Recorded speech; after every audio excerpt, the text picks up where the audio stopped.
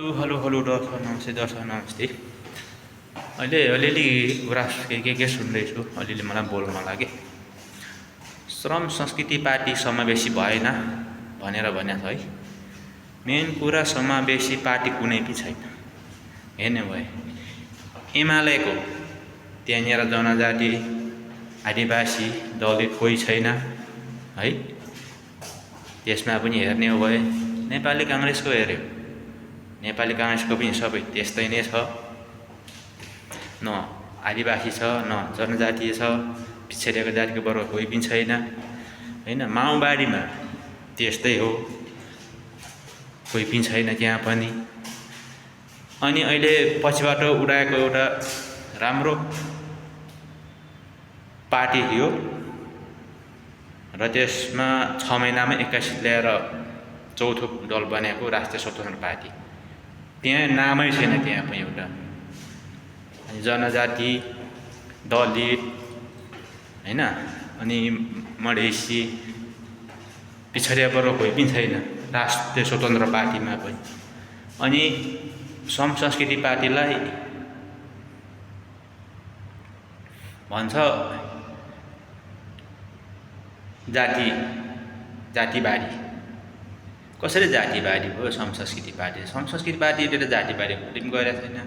सबै नै छ, क्षेत्री बाहुन पनि छ हैन, जनजाति, आर्य, खसहरू सबै छ त्यसमा, सदस्यहरू सबै देखिरहेको छु। त्यसलाई र पनि मान्छेले जातीयता पार्टी भन्नु महामूर्खको सोच हो।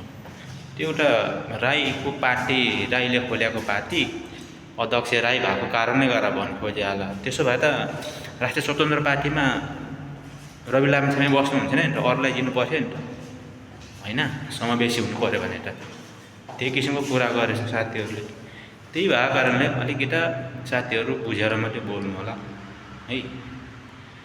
एमालेको बाहुने छ, काङ्ग्रेसको बाहुने हो, माओवादीको बाहुने हो, राष्ट्रिय स्वतन्त्र पनि बाहुने छ। अनि त्यो चाहिँ समावेशी नहुने कुरा, अलिक हुने कुरा गर्नु क्या। हर्का श्रम संस्कृति पार्टी समावेशी नै छ, त्यहाँ सबैजना छ हैन। र उसले जात, धर्म, भात यताउता केही पनि भन्नु गर्दिनँ भनिरहेछ, भएको पनि छैन, गरि पनि रहेछ, काम गरि पनि रहेछ। त्यस्तो मान्छेको विरोध गर्नु महामूर्खता है। नेतालाई बिकाइमा होइन, जनता बिकाइमा, 1 नम्बरको जनता बिकाइमा छ नेपाल। त्यही भएर म चाहिँ श्रम संस्कृतिलाई भोट दिने हो, माटोमा भोट दिन्छु। म परदेशमा छु, विदेशमा छु, घरमा फोन गरेर पनि माटोलाई भोट दियो भन्ने। किनकि माटो भने माटो छैन भने कहाँ बसेर राजनीति गर्छौ? मुला सागहरू माटोलाई माया गरेर माटोलाई बेच्छ। तिम्रो भाषण नै हुन्न के, सबै भाषण हो। राष्ट्रिय स्वतन्त्र पार्टीमा कुन रङ्गको हो? उही त हो, भाषण मात्रै हो, काम एउटा सुनको भाषा छैन। 2 चोटि गृहमन्त्री हो, 2 चोटि सरकारमा गएको मान्छे खोइ गृहमन्त्री।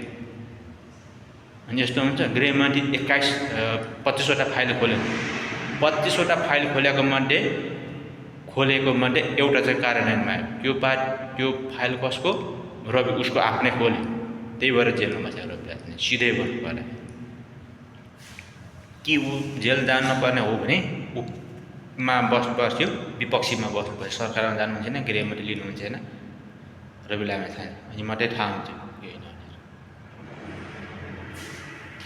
त्यही हो कुरा साथीहरू। अब मेरोमा लागेको कुरा अरू पनि छ, तर म पनि यहाँ अब अलिकति यहाँ फुर्सद भएकोले मात्रै थोरै कुरा गर्नु पाएँ है। अर्को भिडियोमा अर्को फेरि कुरा लिएर आउनेछु। हस् त, धन्यवाद।